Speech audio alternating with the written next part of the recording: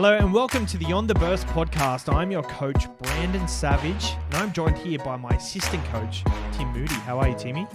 Very good, mate. Yeah, just ready to instruct the boys to take as many strong carries as they can. That's what I'm here for. Interesting. I've started the show with On The Burst podcast. Usually you're used to listening to us say we're the Supercoach Experience. Yes, we are the Supercoach Experience, but this is a new little show within our platform.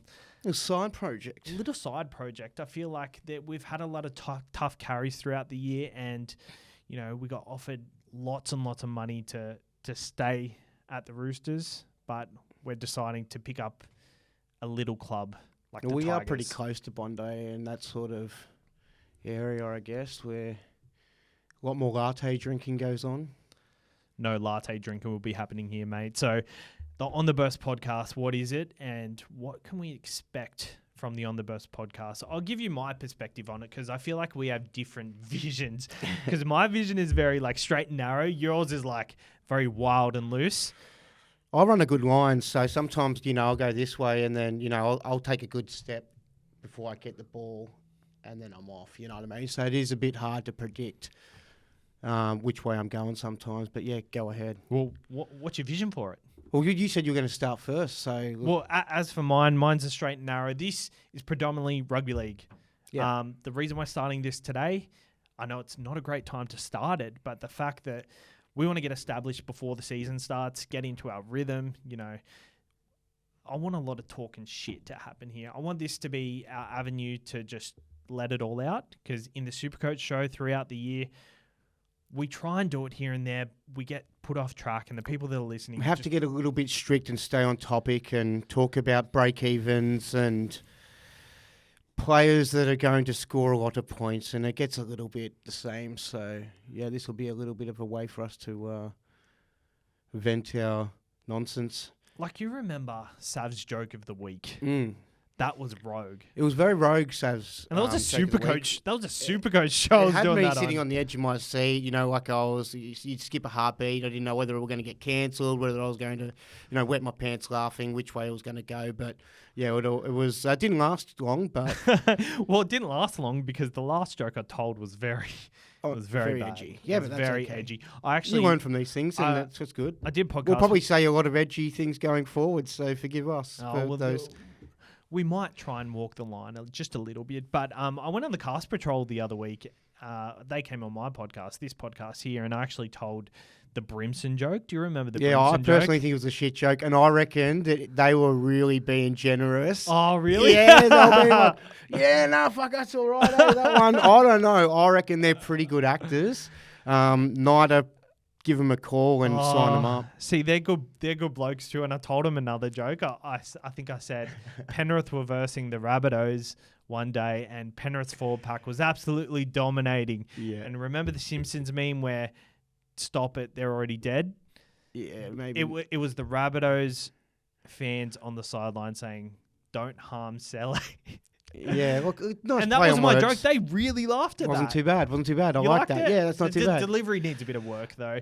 But I guess... you weren't performing it at the Melbourne Comedy Festival. It was just a throwaway joke, so it was good for what it was. Yeah, fine. That's it. I think it was definitely a lot of tactic talking there. But let's talk about the show first. On the Burst, rugby league, a lot of stuff. We're going to talk about general life because podcasting is life. Yeah, a bit of off-season. Rugby league is life, and I've found myself very lost, and you have too. And we kind of want to come to the point where we can let it all out. Yeah, well, last year particularly, I went off the rails to getting lost. I was pretty down. I didn't want to return to bloody Supercoach podcast and didn't feel like playing it. I was down in the dumps. I just felt I was lost. But this year it sort of started to feel a bit that way again in the off-season, but became aware of it and sort of put little things in place to make sure I kept myself interested and we're back on track, which is always good, which I think is another topic we thought we might touch on from segment to segment, little therapy sessions. So I don't know what we'll call it yet, but it might be just, like it's a bloke's chat sort of thing, a bit of a man-to-man or something like that. I don't know. That's it. This episode is episode 1 of this, and we're going to go on a lot of journeys here, and we're going to keep up to date, keep you guys up to date with it. And in the off-season, you found yourself wanting to learn the guitar? Well, yeah, I thought I'd give that a go. I started trying to play it in high school because I was forced to. When I went to a performing arts high school, I had to play nearly do every art sort of there was on Alpha.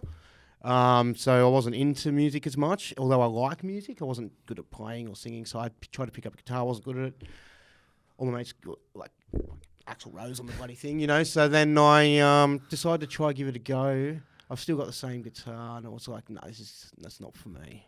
I've actually bought, I think, like 3 or 4 guitars, and I've broken every single one of them. Jeez, you must be an aggressive... No, not playing them, because I play Smoke on the Water a couple of times, and then I'm like, here. I remember the last time I did it, my wife, I wasn't even with her at the time. I was like, hey, can you record this? And I was playing it, and then I smashed it. I've got the video up somewhere. I should post it as like a. That's fine. If you can't get a good tune out of it, you might as well get a good smash out of it. I'm not. Oh Jesus! I'm not very talking about the guitar, not your missus. Not very musically gifted. I tried to rap for a bit. Yeah, I'm aware of your little rap career. And you tried to be an actor. Yeah, I've not tried. I haven't. Look, don't look. It's a bit different. You try. Okay, it's still a work in progress. Look, I've spent a lot of time trying to do that, so I haven't really.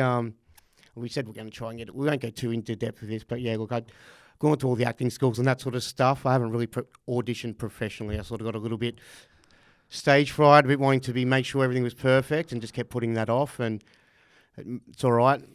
They reckon. Or Mum tells me Morgan Freeman didn't make it till he was 54, so I just keep sort of every year goes closer to that. I'm like, all right, we better start. So you're only 2 years off. Pretty much. It's funny. I've actually watched one of your gigs or one of your movies that you're in. You were the bad guy, and you're wearing this like Peter Vellardi's like real loose looking suit, and you're coming in fucking shit up. Yeah, I always like to play the sort of. I guess the misunderstood or the villainousy sort of effed up sort of type of characters rather than comedy or sort of leading man sort of stuff. I thought that was more fun. And I'm a failed rapper. You want to drop some bars?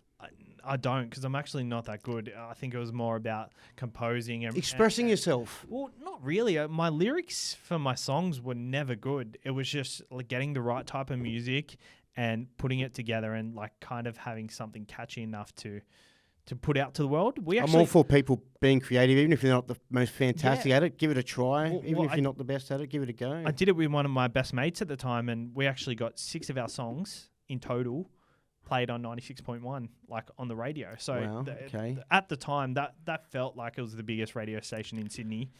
How did that happen? I just sent an email. And I found the right person to send an email to. Can you put that song in the outro for just a little bit for us? I actually can. Oh, which one? There were 6 of them. Oh, which one for one you think I don't know, because will go down the best? The first one I did, we had a feature on it, and it was some guy who he's like massive over in the States now. He's got like 2 million Facebook followers, 2 million Instagram followers. Like Kid Laurie. No, his name is Hi-Rez. So if you listen to him, like, he's actually a really good rapper. He came on. We had to pay $250 to get him on a feature, but back then for us, it was worth it at the time because he was one of our favorite artists. That's cool. And like the fact that he came on a song with us, and we had another guy who was a bit cheaper, a bit less known, didn't kick on, but I think that was a better song. So maybe I could.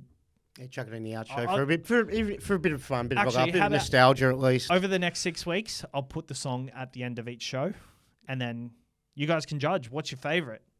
But yeah, what happens with failed? Feel free to give him a sledge as well. Give a bit of a compliment if it's if you're up your alley. But I think people are usually surprised, but I look back at it and I'm like, I could have done way better. It's got a very sort of eerie, like a very certain, what I've heard of your stuff is very like a specific era. It's got like a rock, rap. It's kind of pop sort of rap, like, it's got like a Limp Bizkit-y kind of a. Yeah. Very pop rap. We got like the real. It's got an American sort of like a machine sort of feel about it. The real hooky courses and the real catchy bit courses. Bit gnarly. So what do a failed rapper and a failed actor do? Hey, don't call me a fuck. No. They start a podcast. Yeah. So let's get into it. The Melbourne Cup happened today. Yeah. You have a dabble? Or, I'm sorry, did you have a pickle? Yeah, I did have a pickle.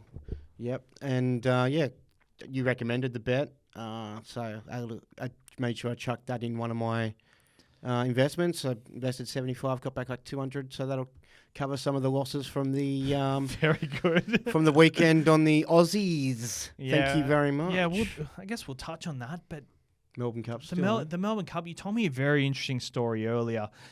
You don't know much about horse racing, do you? I wouldn't go as far as interesting, but yeah, it's my interesting take, I guess, on racing. But yeah, if you think it's interesting, I appreciate it, bro. But yeah, look, I don't want anyone to think they're going to learn anything from this. But basically, yeah, look, when I was watching it, I'd put my bets on, I was happy, and then I heard some like posh lady being like, I can't remember what his name is, like Verbont.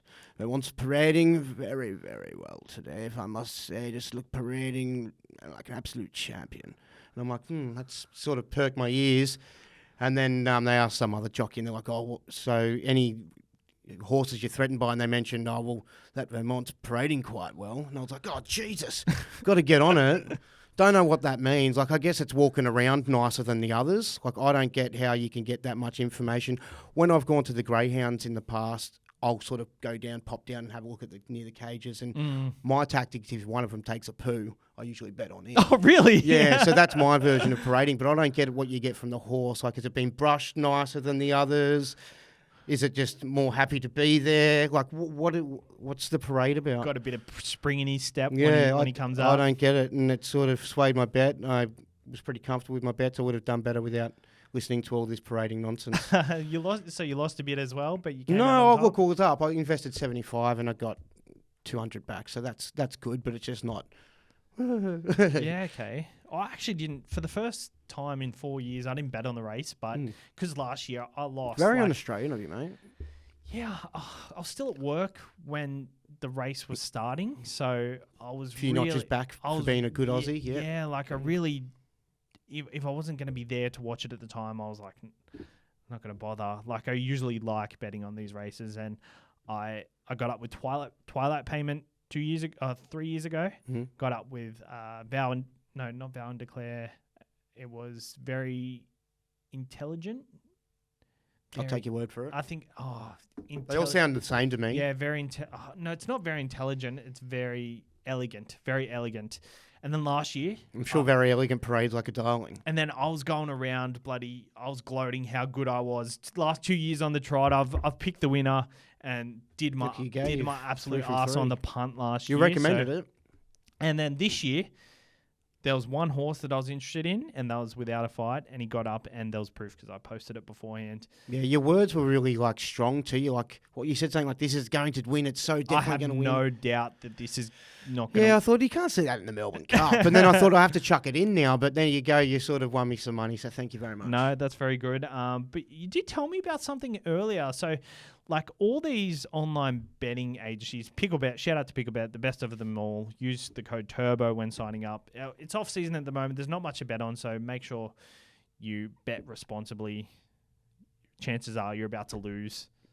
For free and confidential support, I think you have to say that spill every time. You've done pretty well. Look, you've covered most of it. The intention's there. If you haven't mentioned everything. Exactly. You know what the line is. Don't be a pork chop with your own money. You know what the line is, but you were telling me earlier, and I was gobsmacked what happened. So back in the day, Foxtel. Oh, okay, yeah. This is a show on my greys, I guess. Like, I think a lot of people that are listening to this will probably remember it. But you used to be able to just sort of like watch Foxtel, and for me, I got Foxtel like so much later than everyone else. So when I got Foxtel, not too long after, someone showed me you could sort of watch the races on Foxtel, and you could also place bets through Foxtel using your TV remote. So it was just through, like, you link your tab account. It was pretty slow, and it was like, but it was such a big deal. It was so fun to not, like, be around some other degenerate sort of trying to fill in a ticket and you get in line and just sort of be sitting back comfortably in your home, doing whatever you want. It was cool. I enjoyed it. But yeah, that's why I don't get into racing, because it was too accessible for me, and I just decided to stick to footy. It's slower. I mean, not the game is slower, but it's a 2-hour thing rather than a minute thing where you can just blah, blah, blah, blah, blah. So yeah, for me, I prefer to bet on the footy. I just can't believe you could go on your TV, use the remote and bet on a horse. Like, I mean, it's much easier to do things now just on your phone. But yeah, I think there was a period where you could probably do both, like without improved it. But yeah, I've always been the guy that's a bit on this whatever the older version thing is. it almost feels like that'd be illegal now, like betting on your TV. I don't know. You can What do a lot of crazy stuff these days. What way do you think it's gone? Like, do you think it's gone too casual with betting? Like, it's too accessible, or would you prefer it to be back in the day where you only get to have a punt when you're at the tab? None of my business. I'm fine with it. Business is business. It's I guess if you've got a problem with it, seek help. But the thing is, back in the day, it was just simple. Like, it was the tab. You got to go down to like a pub to put a bet on. You'd go put a bet on before the footy. If that bet didn't work, or you know what I mean, like straight away, like you'd have to race back out to the pub and like try get a bet on for like a second half try score. Like, was it worth it? So it'd make you sort of think, do I want to drive out there? Do I want to miss some of that game? So there's a little bit of breaking that up, rather than when you can just be like, there. Yeah. And even if you set a deposit limit, you can. There's 5 million different betting companies. Yeah, so yeah, it is. Back in the day, it was simpler, but I guess they've probably got more regulations over it. Yeah. Back in the day, you could walk into a tab, B15 in certain areas, and just go whack a bet on. You know what I mean? Nothing to say about the tab. Maybe they in a different venue. Yeah. I do love. They wouldn't allow that. I do like how it is at the moment. It's very accessible. Like, obviously, if you've got everything under control, but nothing beats going into a pub and having a ticket in front of you and going to the machine and cashing it out. It's a bit fun holding the ticket, yeah. All right, international footy. Yeah, disappointing. Jesus Christ, it's grim for Australia fans. Really good for New South Wales fans. Well, in a way, the good thing is it's not too over. It's annoying, but there's a lot of guns that are unavailable that will sort that out. But for me, it's more just I felt like there's an attitude thing there, like not maybe attitude, but care factor. Maybe not the right word either, but passion. Maybe closer word to it. Like, you can just see the Kiwis, like when they sing their national anthem, like they're all crying. I don't whether or not I don't care whether they sing it. I'm not about that. I don't really care. It doesn't bother me. But you see, it doesn't mean as much. And then there's the haka. You're backtracking massively. Not at all. All I'm saying is you can see how much it means. I don't care whether you sing or not, but you can see how much it means to you. Yeah. I understand why certain people, like why Indigenous people don't want to sing. Yeah. I understand that. So I'm all for, I back that. That's where I'm at with that. Yeah. And with the Aussies, if you consider yourself a non-Indigenous Australian, sing it if you want, sing it if you don't too. Yeah. I don't really care. But just you can see just in general how much it means to them walking out onto the field and stuff. Like, there's a much bigger care factor. Yeah, like with them, they show you in their anthem that they care. There's when they talk about it too. And there's no signs that the Australians are showing you that they care as much. And I think it's because Origin does seem to be a bigger accolade as one. And also, hate to say it, but Australia, lacks the culture that some other nations have because we are a newer country and we don't we're adapting. We're a multicultural country, which I think is a great thing in the right direction we're going. And we're not as family orientated as all these other countries that we play against, are we? Like, England is the exception, but I feel like England still have the passion that we don't. They've got all the songs and stuff. Maybe not for rugby league and stuff, but they're passionate fans about Yeah, that's it. Yeah, I think like Australia can be, like when it comes to the Olympics and different things like that. But I think even as fans, I'm not personally. I kind of get a little bit excited when New Zealand are going all right against us. You know what I mean? I'm like, you know what I mean? Like, I'm not that. If Australia had won on the weekend, nobody would be talking about the game that happened on the weekend because it's just kind of expected. But the fact that it happened, it brings into question Australia, and it also brings into conversation We need to find pride in the jersey as fans and as players and as a nation. I agree with that, but it also brings into the conversation that New Zealand is actually they're a force to be reckoned with. Yeah, like across the park, it looks even. And that's why in the first game when I was betting that game, I was so confident it was going to be either team 1-12. I even said to you, I think New Zealand got us in the first game. I thought so too. Because their team on paper is very good, and across the park they've nearly had career years. Like Dylan Brown, he hasn't played that much this season, but he had a career year last year. Charles Nickel-Klokstad, Ronaldo Militalo had his best season last year. Jerome Hughes is coming off a good Storm campaign, and their forward pack. Yeah, the two forwards, they're just ruthless. And James Fisher-Harris, the more I see that guy, the first game he played for him, he looked pumped up when he did the haka. The second game, I felt like his biceps were going to burst out of his skin. They looked so big and so thick and mean. They were ridiculous, bro. There's no way I'm tackling him. So good on the Aussies for even tackling those blokes.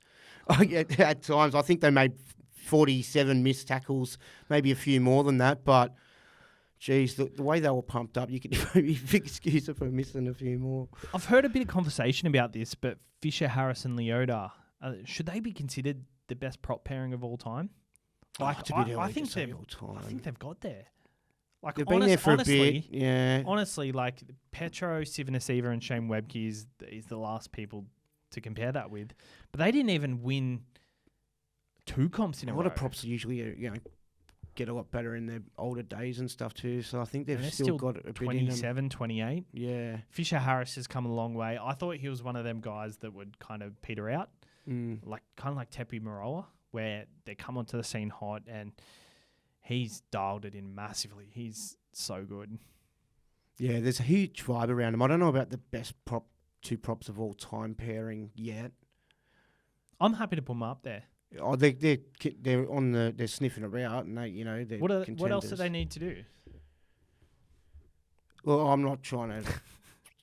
So just keep doing what you're doing. Keep doing good things. You know what I mean? I don't do any more, but I just think maybe there's other front rowers that may have more skills up there. I feel like they're both developing those sorts of extra skills. They're both getting a little bit of ball playing and stuff like that in their game, and they maybe there's other props that are more dominant in try scoring and stuff like. There's a lot of different areas you could look at it. I think so. Yeah. With the international game, where do you think its peak is? Because I think now that the competition's good, I think it's great for Australia to lose. I think we need to be hungrier to go out there and want to win. It's not like we haven't lost before. I think like the World Cup, we weren't ranked first at the time. I think it was Tonga or New Zealand. Yeah. And I think we came out and made sure we won that comp because we know we can. But my question is what's the pinnacle of it? I know they're all doing well at the moment, but should the goal be to expand the game and make it the best product, the international game, or accept the fact that State of Origin and the NRL is the better product, but make this as good as it is? Because if you want to make the international game a world sport, then what we're doing now is ridiculous. We shouldn't be investing in these smaller countries like Samoa and Tonga and stuff. We should be making sure that South Africa have a good rugby league team. They just won the World Cup. I definitely think Australia and the international game versus the world, versus New Zealand, versus Samoa, all these Tonga that are growing, England that are great, and then you got Papua New Guinea, Fiji, and all that. So, and there's all these other nations that are just got little with a couple of little NRL teams, but those real serious teams, especially Australia, New Zealand, Samoa, England, chucking Tonga as well. Yeah. I think it could be a real big deal, especially with how good. Because I was thinking about how good it would be just to have just two of the world's, just two of the best teams. Yeah. And it was just chucked into I think we were riffing about this at one stage when we were having a few beers or something like that. But yeah, just to allow everyone to be involved in an Origin sort of style of game. You would be hard because you wouldn't have that sort of attachment to a jersey, because it's just you pick a number out of a hat or whatever. But yeah, I reckon watching Australia versus New Zealand, that could be as good as Origin if Australia just, were up for it in this game I think it could have been. It really could be. Like Samoa and Tonga can get to that level as well. England are close as well. Probably needs to build a little bit, like have that, like be competitive for an extended period of time too, to really get that sort of, and then because the Origin's like really nostalgic and it's got a lot of history, and obviously the international game does as well. But when we're used to Australia just going out and flogging people. Yeah, I think that's part of the reason it hasn't been something we look forward to watching. Yeah, because we don't like it's. I think even though that we're winning, we prefer a tight competition until we lose occasionally. Do you think it's actually the timing, like the time of year as well? Because you can't fit it all into the middle of the year to rec Supercoach, all right? You can't. You can't. But the fact that it's at the end of the year and we know the players are over it, and I think like. I didn't watch that much international footy, to be honest, and I don't think I missed out. And the fact that like Australia lost that game and they didn't even compete, I think their mindset is quite similar, where it's like it's the end of the season. This is just a consolation prize at the end. Maybe deep down. That's not what they're all saying. They're professionals, so obviously maybe there isn't enough of them to have that deep down attitude that would, make that result of a 30-0. But yeah, that wouldn't be the talk in camp and stuff. Mel would be trying to get them up, and all the boys would be trying to lead, and you'd still be going, I'm wearing my country, and look at who I'm standing next to playing with, and you'd want to stand up. But yeah, I guess maybe you add that on to the fact of, you're playing at New Zealand this week, and, it's their home ground, and they kind of underestimate them considering it was a little bit easier last week. But yeah, lesson learned. Let's move on from that because it was sad. Oh, well, just one more question on that. Yeah, okay, sure. Who played their last test match on the weekend? DCE. Yeah? Yeah. Just because Cleary's spot. And that's the only... I don't want to otherwise say that anyone else has done. Yeah. It's not... So I don't like being negative towards that. There's been a lot of talk about Tedesco. I don't think it's 100% confirmed yet. I think someone else might prove that they are more... I think because up for there are so many good fullbacks coming through, it may push him out in the future if he's not playing well, but he's certainly not done. He's certainly not... Still awesome. He had a real red-hot go. I mean, a couple of little mistakes, but I think a lot of the mistakes were sort of forced on him by others too. He deserves a rest. Yeah. And that's why I don't like the international game, because he's played in this time for the last 3 years, like this point in the season, and it's kind of delayed his start to the season. So I think it's going to happen again unless he gets a few months good rest. Let's move on from that. It feels very stressful talking about that, doesn't it? Yeah, it's annoying. Because I like to just talk about a good game of footy. Yeah, for sure. Even if we lost, I would have been like, it would be like, it was just they smashed us. And you know what? Not to take anything away from them, they were actually very, very good. Yeah, they were ruthless. For sure. Absolutely ruthless. The whole game too, and they were aggressive and... I'll tell you what else was ruthless. Finessey. Yeah. I was sitting in this spot on Friday, and I was here with my cousin. Yeah, right. I'm here. And now you're here. So we did say at the end of the episode, we'll see you during the week with Timmy. And then I said... Is he the guy to have a laugh about it later? No, I don't think he is. Let's address it. The prank call. So if you're unaware, on the podcast with my cousin, the Jizz podcast on Friday, which was released on Sunday, we prank called Timmy. He was claiming to be someone from a shopping centre or something. Yeah, your cousin, this is not me. Yeah. And Timmy... He was complaining to be someone that has some sort of authority. We can say it because he wasn't actually... You can say it now. He was pretending to be the popo, which is fine. No, he wasn't. No, he wasn't. Maybe he wasn't. Look, my dog and the boys. I don't know. It's a bit dog and the boys saying that, isn't it? Look at me, the snitch. Dog, is this your form of retaliation? Yeah, no. I'll get him arrested. No. Wouldn't it be funny if he was fucked in jail? No. So, yeah, I got a prank from old mate's cousin here. And he pretty much said you got to I was in a bad mood, so. Yeah, you pretty much got to be at this shopping centre within the hour for questioning because you got too close to this kid and there's been some complaints. Your point of view.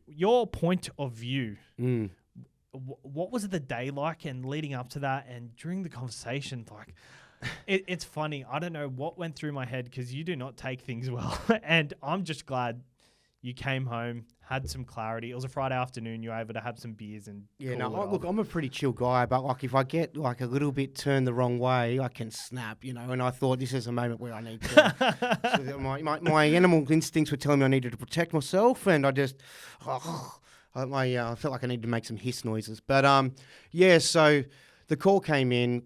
I'm coming home from a work trip away from Port Macquarie. I'm sitting next to my boss's nephew. My nephew's boss. Yeah. My boss's nephew. And he's sort of like a 2IC guy. He's young, but he's sitting there. And me and him have sort of had at it the night before and a bit arguing because we've had a 16-hour day. He wanted to turn an 8-hour day into a 16-hour day so he could just drive back and not do work the next day, which I wasn't for. It was a shit fight. I ended up sort of losing my temper at the shopping centre a little bit and sort of telling him, things would go a lot smoother if we had just done it tomorrow. You can swear on this podcast. Yeah, well, this was on the burst. This was in the sound. This was in view of a child, the manager's child of a Westfield, and because the child was trying to get in the line, and I sort of was a bit like, I thought this call was to do with this. I'm thinking, this is not a police matter. So that's my first instinct, right? I'm thinking, this is not a police matter. What's going on here? And then when it started to escalate a bit to, interfere, I was like, get the fuck out of here. What's going on? This is fucked. Who's this? And things weren't matching up, the times that I've worked there in 3 years and stuff. So I started getting the shits. And then, I guess... Yeah, I told you just to fuck off, which is pretty funny. Oh, it was funny. I wasn't happy about it at the time because I was getting got and I thought it was a shit prank. And then I had to go back and think about it. And actually you sent me the prank and I watched it and I was like, that's actually pretty good because I got, you know what I mean? The idea is to get a reaction. You got me and I respect that. No, see, the thing is you don't see it on camera or anything. It's not funny. Like, you get to watch it back yourself and you kind of see the thought process behind it. Me at the time when you said fuck off and go fuck yourself and you hung up, I was thinking my instinct told me not to call you, but I just went against that because I was like, it'll be funny. It's fine. Like, what am I going to do? Yeah, there you go. But I think play on. But the I guess the retaliation of that is I'm going to get your cousin back. Yeah, and you're not going to be brushed under the carpet at all, mate. I'm going to get you even bigger. So I don't think you can get me. Oh, I'll just trust me. I used to do this with a guy at high school, and I got him pretty good at, in the worst of ways. And I won't even repeat that because I lose a lot of fans or a lot of love over it because it's quite mean. No, it's quite mean. Is it like Is it like the bench warmers when I'm just the guy that you want to go bum bum bum bum bum, I'll go one further and I'm good at it. Are you Rob Schneider from the bench warmers where he claims to be this all nice guy and then this guy comes out of the woodworks? He bullied me his whole high school career and I haven't left my basement this whole time. No, there's actually probably one or two of those, but I addressed those in my life and we've all sort of had high school issues, but I wasn't that kid. So you're a bully? No, I'm not a bully, but I have had a couple of issues. See, I was the bullied. Yeah. I got bullied. Oh, I'm not a bully. I don't want to say I'm a bully. I'm not a bully. I was involved in a couple of... If you bully someone, you're a bully. It wasn't a bully. It wasn't that. Like, I'm a kind-hearted person. I'm very empathetic and sympathetic. That's not me. I was a different person to, what I was, in one moment. So it was a bad thing, but yeah. It wasn't overly bad. It was bad for my expectations of myself. Fair enough. See, I went to a sports school and... you know how both of us we're quite comfortable with who we are. Oh, I'm not comfortable with who I am. I come across that way. Yeah, not really. Right. Yeah, like not overly. Well, I'm quite comfortable with. I'm glad you found Zen. And what is it? Your Yeah, I don't know what you're talking about. You're going. Your oneness. You're talking tactics here. You're talking way too many tactics here. My favorite artist was Justin Bieber back in high school, and I wasn't afraid to say that. Like he hadn't gone through puberty yet, so it was pretty gay to do that. And like people, like in high school, they're ruthless. Like yeah, people. Kids can I got put in a cupboard once and locked in the cupboard. So did I. Like on lock-up day. So the amount of times that I've got bullied, I've like 500 times miles, and very easy target, big mouth, very chirpy, so very easy to. But I loved it because I loved being a form of entertainment for people. Yeah. Like sometimes I think getting chucked into a locker, I did not enjoy. No, that was funny. I thought I was in a science room where it was a cupboard and I was like in the cupboard. It was funny as. But I like being that entertainment for people, and sometimes they did step the line too much, and it sucks sometimes. But I didn't mind it because I was still there. I don't know if it's probably different at school. I think that bullying these days is probably a lot harder with online. Yeah, for I think sure. it'd be a lot worse. Oh, it's much easier these days because like the bullying happens, but you're still friends with the guys that are bullying you. Like it's not like people are actually bullying you because I think that's generally the case. The case I was bullying was like one of my best mates. So, you bullied your best mate. Oh, there you go. That's fine. That's just banter. Yeah, but it kind of didn't feel like it at the time. But yeah. So you're gonna get Martin back. Martin back. My cousin. Oh yeah, when you were thinking about that, I was thinking about Supercoach, and I thought you were talking about Liam Martin. I was like, I don't think I've ever owned Liam Martin. But yeah, I'm going to get him, but I reckon we want to wait 2 months because I don't want him to. I want to have him let his guard down so I can get him real good. And we're going to do it on the show. Yeah, we'll do it on the show. If he keeps tabs of this show, maybe this first show is the perfect time to do it. Nah, because he's still it's in his aura. It's in his. Yeah, okay. So trust me, I'm good at this stuff, he'll man. He'll be keeping an eye on maybe the next 2-3 weeks. Mm. Depends if he listens. If he does listen, we just won't talk about it. Marty, it's coming for you if you do listen.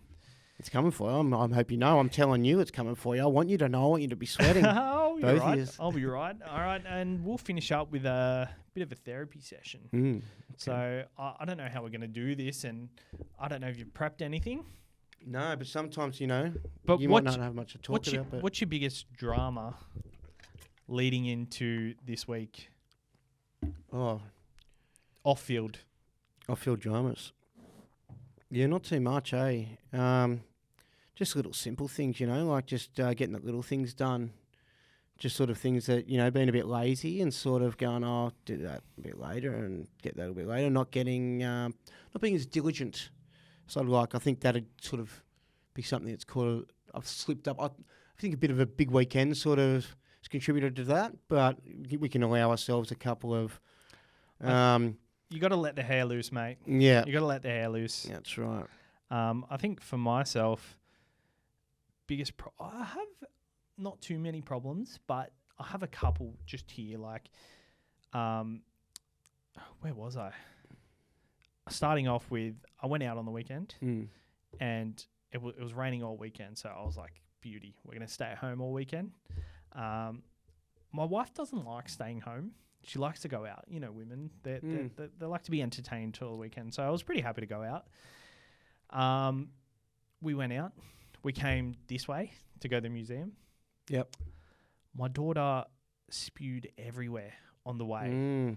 And when I last saw your wife, she was cleaning some spew out of her car when we were both cleaning our cars. Yeah. Yeah, so... Actually, that wasn't the last time I saw your wife. No. Just kidding. Yeah, you saw her the Friday when you came over. Yeah, oh, yeah, that's right, actually. Yeah. So you're telling the truth. Yeah. But, she spewed absolutely everywhere. Yeah. And we had to... We're like on the highway just 5 minutes away from here, and we couldn't stop anywhere. So we waited like 10 minutes. She was covered in spew, crying. It was chaos. It was absolute chaos. So time to turn this precious road trip around and head back home. Well, so that was the first thought, but we're 5 minutes away from the museum. Are we better off doing another hour trip back or going to the museum? Make a day of it. Let's get messy. Make a day of it. So we went to the museum, but we're stuck on the side of the road. My wife cleaning all the spew. It's always going to dampen the mood, yeah. My daughter just completely naked on the side of the road. Every door's open. We're on the side of the road. People trying to go around us. Oh, they weren't. You're on the M4 on the side, right? No, we weren't Safe on the M4. spot? We're just on a side street. Yeah. So, yeah, that was a pretty bad situation that happened during the week. Still causing you stress, is it? It's still causing me stress because the car seat's not in yet. It's not back in yet because we had to like take it out and get it cleaned and stuff. So pretty boring conversation, this one. No, but sometimes the little problems can be the things that are bothering you the most. So it's important to have the chat. Sometimes I'll have big problems. There's no point trying to force out big problems when they're not there. And I had another one. I'm struggling without NRL. Oh, yeah, so am I, generally. But I'm doing a lot better than I am last year, so I'm happy for that. Yeah, for sure. And I think I tried to get into the NBL. Yeah. Like, it's not even halfway through the Supercoach season. I'm done with it. Like, yeah, I can't be bothered. Well, I thought about getting a PlayStation. I'm not really much of a gamer, but I've got an old Nintendo DS, and I've been right into playing Mario Kart. Yeah. And it's like a free thrill because it's like an old... Oh, actually, I remember what my actual problem was. So I usually get up 4 o'clock in the morning every morning to go to the gym. Makes me feel good. I haven't been doing it. Like, I've been going after work sometimes. Today, I felt really shit. Didn't wake up in time. We came here this afternoon. Yep. And I didn't go this morning. Well, Tuesdays you're going to have to be a rest day. Unless you want to... Oh, you can be a morning... You're pretty wild with your schedule, I usually get up in the mornings, but like the last 2 weeks, I think I've been 5 times. Probably last week and this week, which is not normal for me. I usually go 6 times a week, so I'm going through a little plateau at the moment. And I take my gym very seriously. Well, you know what? You should be happy with yourself that you're going as many times as you are, because I've got a gym membership and I think I've gone less times than I can count on my hands. So be proud of what you're doing and keep working on your goals, mate. See, happy days. That's why I need to get it off my chest. Yeah, good on you. All right. Good chat. I think that should about do us for the first episode of... But I'm fucking coming to get you. On the Burst. Cheers for tuning in. And what you can expect from us next week, well, a lot of the same thing. We'll just be talking about a lot of topics. And make sure, if you do enjoy it, rate it on wherever you listen to it. Yeah, if you've got a topic of choice, maybe please let us know. Give us a comment. Send us a message, and we'll bring whatever you have to bring on the show, because I think the best part of doing something like this is getting the people that listen involved. Fuck yeah. So if you've got something to bring to the table, I'm an open book. I don't care how obscure the conversation is. We'll do it. Yeah, obscure. Unless we're talking about... I love that. That's a really strong commitment. Yeah. Unless we're talking about, like, Israel and Palestine or something like that. Yeah, we're not going to get involved in that. But good luck to them. The old Savs would have said something then. But all right, cheers for tuning in, guys.